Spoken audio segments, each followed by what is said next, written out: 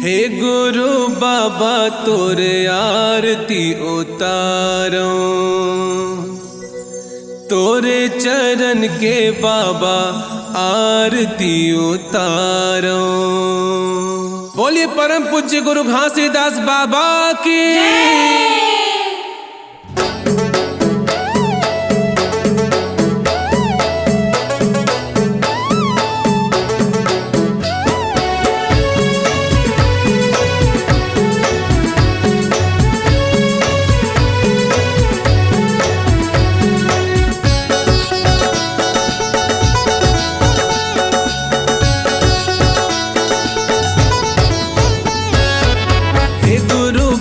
तोरे आरती उतारो, तोरे चरण के बाबा आरती उतारो। हे गुरु बाबा तोरे आरती उतारो, तोरे चरण के बाबा आरती उतारो। चरण मात नवा के हो, चरण मात नवा के हो, तोरे आरती उतारो।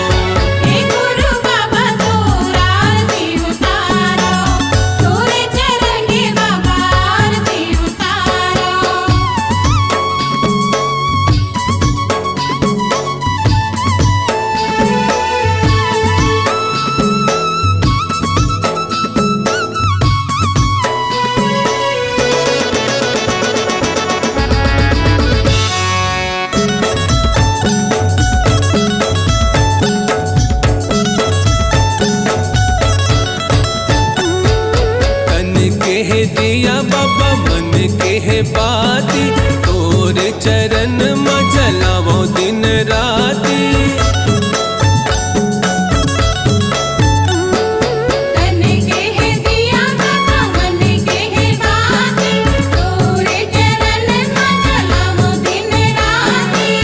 नैनन में छवि तोर बसाते हो, नैनन में छवि तोर बसाते हो, तोरे आरती उतारो।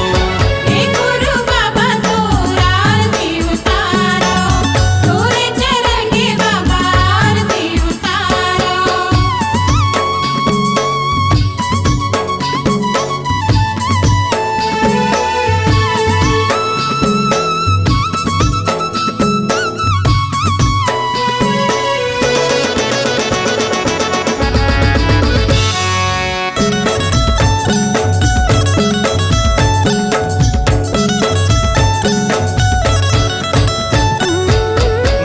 मंदिर माँ तोला बसाए, प्रेम के गदिया बाबा बिछाए।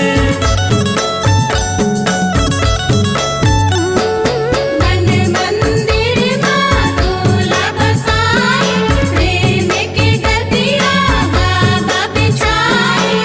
ध्यान में तोर लगाते हो, सत्य के ध्यान लगाते हो, तोरे आरती उतारो। हे गुरु बाबा तोरे आरती उतारो, तोरे चरण के बाबा आरती उतारो।